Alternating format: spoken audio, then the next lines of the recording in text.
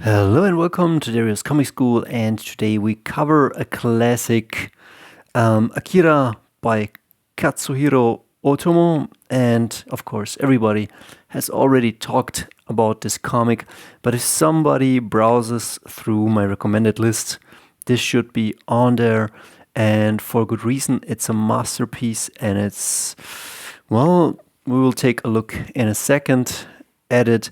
And like, the story is really, really good, the execution is good, the camera work, the feeling, like, this is definitely something you can get yourself, study, copy, and learn from it in every single sense. I was looking for that shot of that helicopter, but I can't find it right now.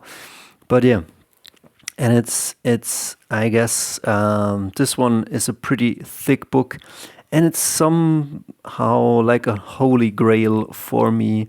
Even though I guess I've just read it one time, but there are so many good comics. But definitely, this is a great one. The animated movie was also great, but not as comprehensible.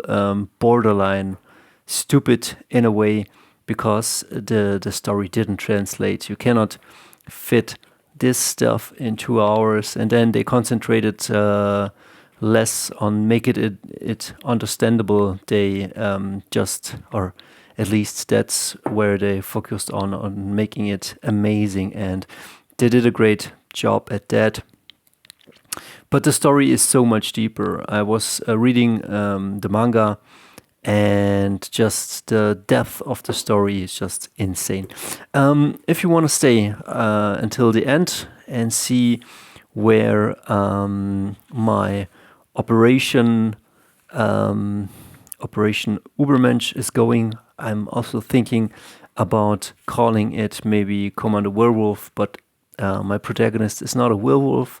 We'll come to that in the later part, why.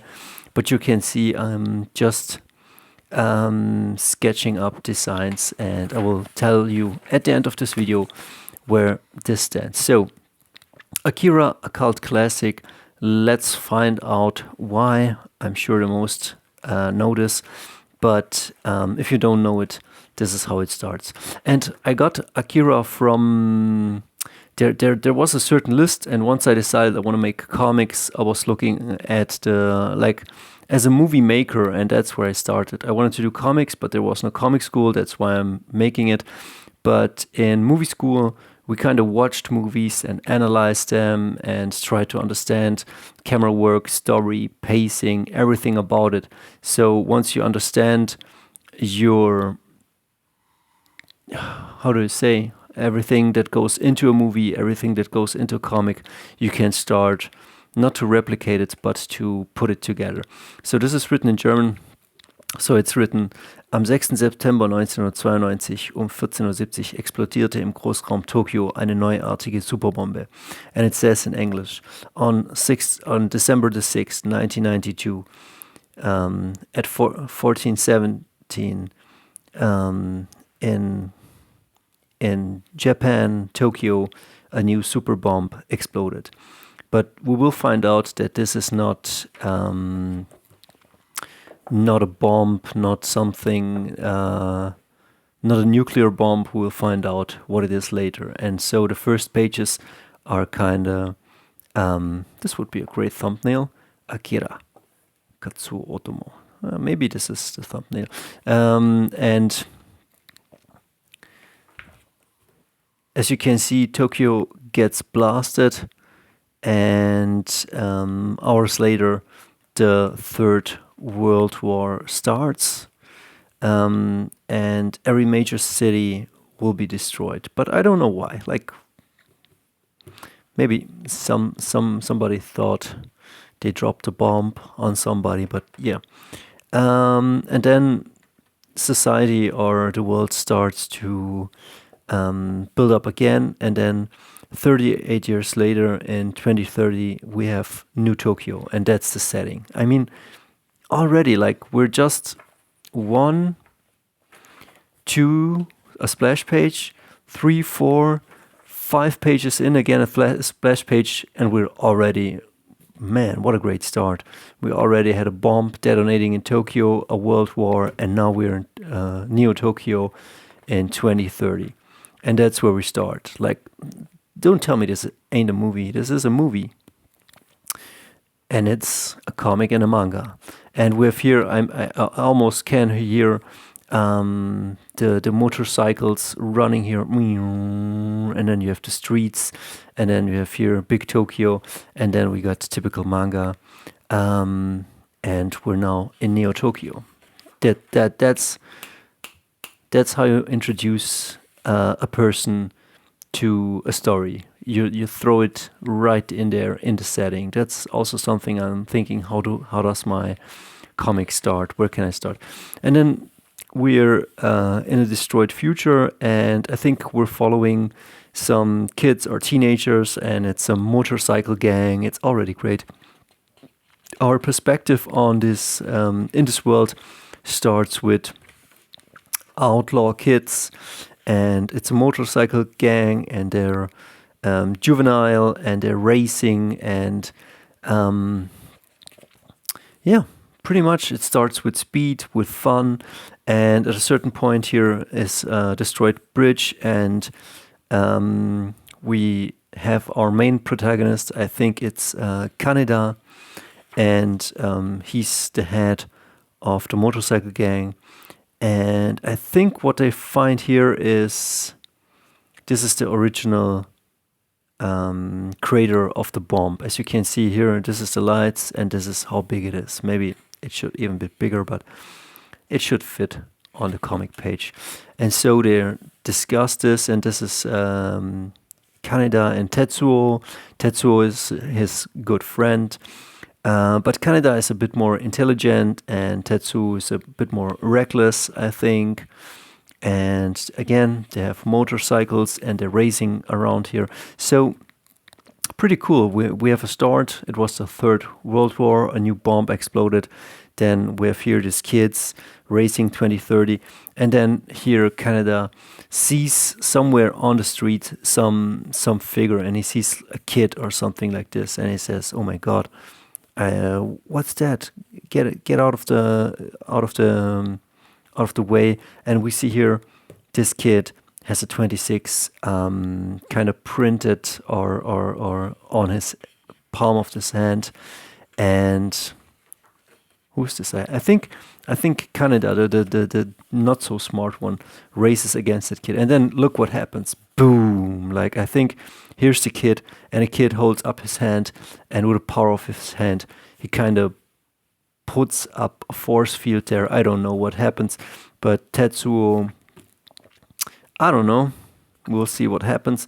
And then flames and burning, and other people are joining in, and Kaneda gets up and checks on Tetsuo, and we see this kid, but somehow this kid looks like an old person, and Kaneda looks to that kid, and that kid just disappears. Just spooky shit happening, and he disappears into thin air. And so we don't know what's happened here, but we already got a few mysteries. We got the bomb, the blast, an injured friend, and then worse than that, I think, I'm not sure, but I think military police or something like that is showing up, because it's a restricted zone, nobody can enter that. And then we start in their normal lives, and these kids go to school. Again, similar a bit to the previous review with Grant Morrison. And that kid also, like, I mean, that's a great start. You have a kid, and he's kind of rebellious, and something's wrong in the normal world, and in school they are kind of shunned, and and bullied, or I don't know, they don't fit into this society, and they're rebels. So, well, same as Grant Morrison. It fits in. And yeah, we got a bit of the normal life. So we had the extraordinary life. We had somehow their double life, similar to the Matrix, where Neo, by day he's an upstanding citizen, and then by night he's called Mr. Anderson, and then by night he's Neo, where he tries to find out the truth about what's the Matrix. And same here, something at night, things are going somewhere. I don't know. There's something wrong with this world, and the youth knows it, because like school is one way and the nighttime is another way, and there is something going on between some rebel forces and the government. And I think Canada starts seeing that old kid, and I will skip a few pages, but yeah, here the kid shows up again, and we don't know what's up with the kid, but somehow he has superpowers. As you can see, this is like 7 or 11 from Stranger Things. I think that's probably where they got their idea from. And so this kid has superpowers beyond measures. He just the destruction of things, and here the art shines. I mean, I have not talked about the art and the storytelling, but the storytelling and the art is just on point. I mean, it's just so enjoyable. Everything reads well. The characters, sure, they're manga characters. Look at this, like bare bones. You don't need much more, but just their faces, what they're telling, and the horror of stuff. And then once you get into the nitty gritty, I mean, look at this, like beautiful, how realistic this looks. Like, look how this caves in. And I think that this is a great strength of this manga. Is it Katsuhiro Otomo? I think is. Wait a second, let me check. I guess we have no, not. I was thinking that in the front and in the back we have like who wrote it and who drew it, but yeah, we'll see about that.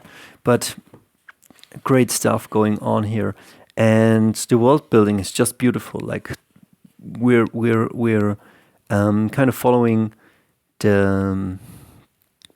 We view the world from the eyes of the kids, and then something happens in the street, and then we switch to the military, and we're introduced to different kinds of views, like in a good movie or in a good TV show.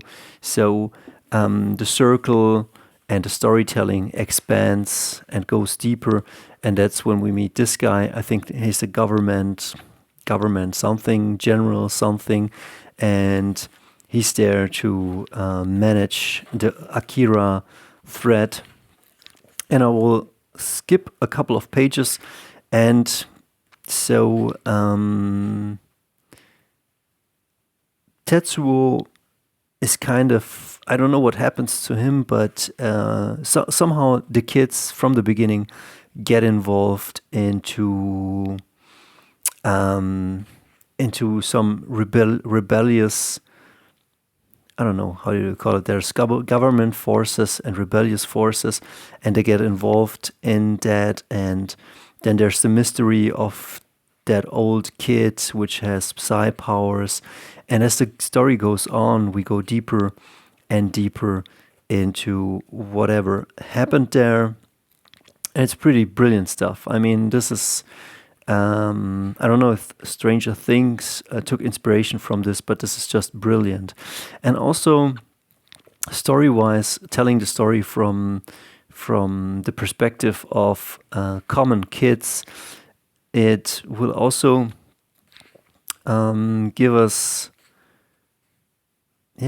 insights into how the society works, because. We are there with the common folks, as we ourselves are too, and from that perspective we learn more and more about what's going on in their world.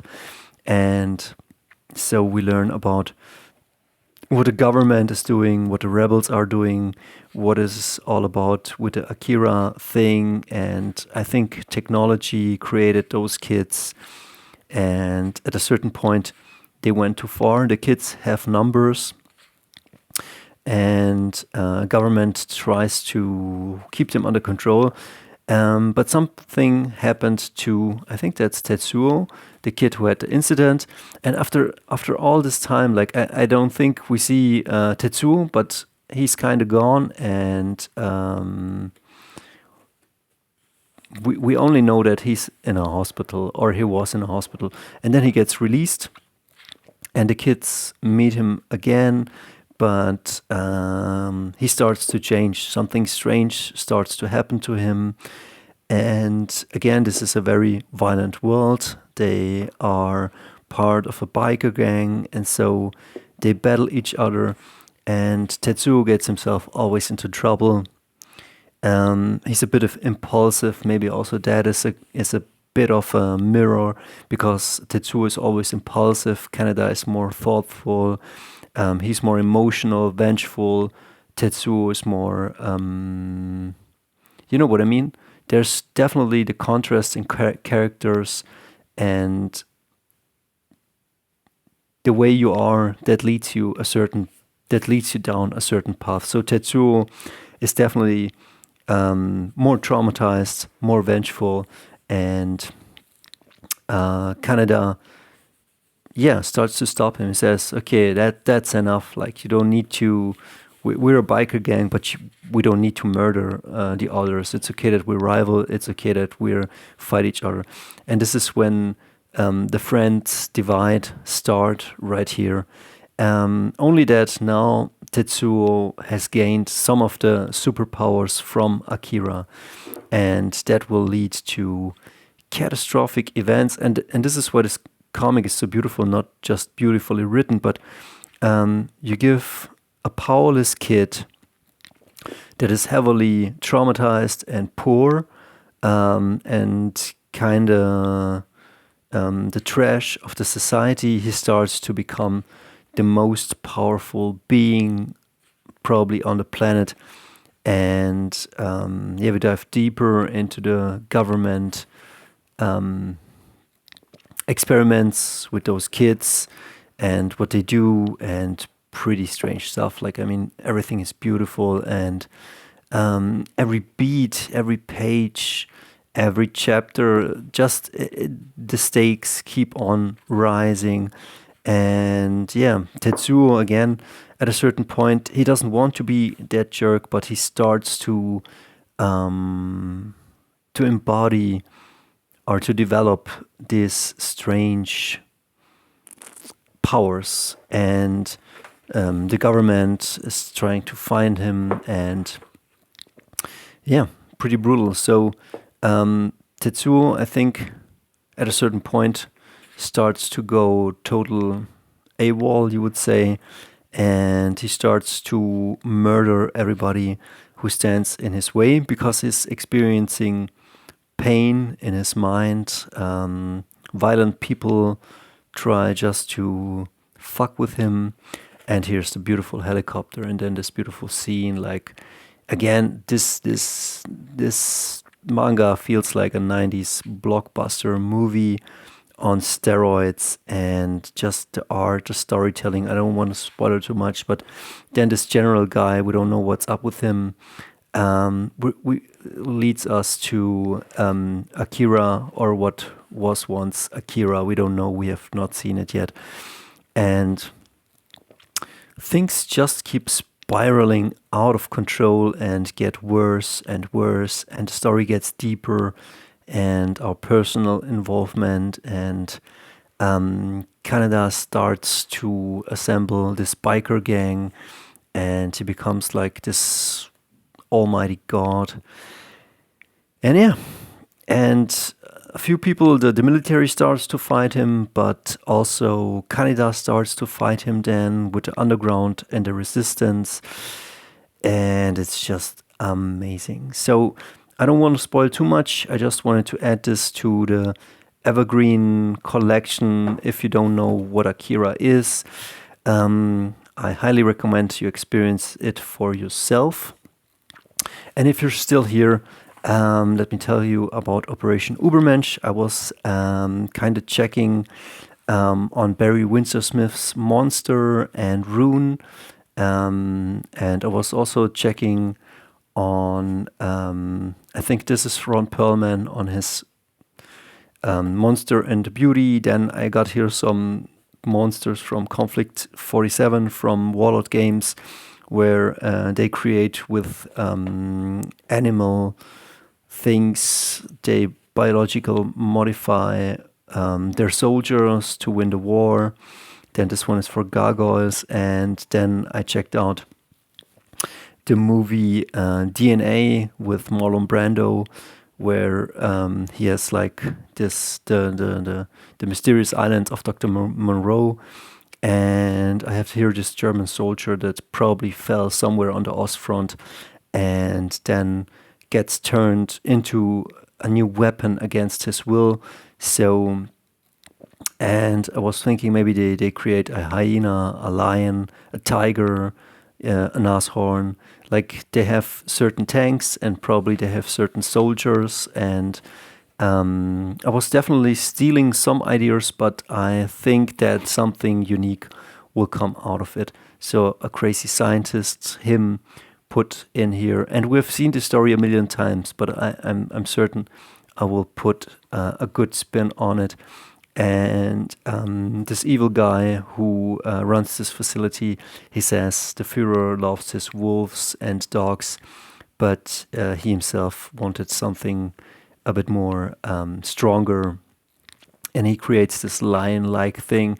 And again, this is inspiration. I wanted to do more of a werewolf, but my inspiration says we go maybe in this direction. I was also thinking about Battle Beast from Invincible. And yeah, as you can see here, I don't know. Not that I'm happy, but it could be. It's something different. It looks a bit weird, definitely. But we'll see. Maybe I can do something better with it. But it is definitely. He's not the only beast. Maybe he gets put into a team, or maybe they have some werewolves. And I'm sure not everything will run smoothly. Some of there will be tons of problems in story and plot lines and cool battles and operations. And yeah, that's so far my story. And I wish you a great day. And we see us on Friday when we take a look at Steve Epting or the guy who drew Zach, what's his name? Craven's Last Hunt from Spider-Man. So we see us. See ya.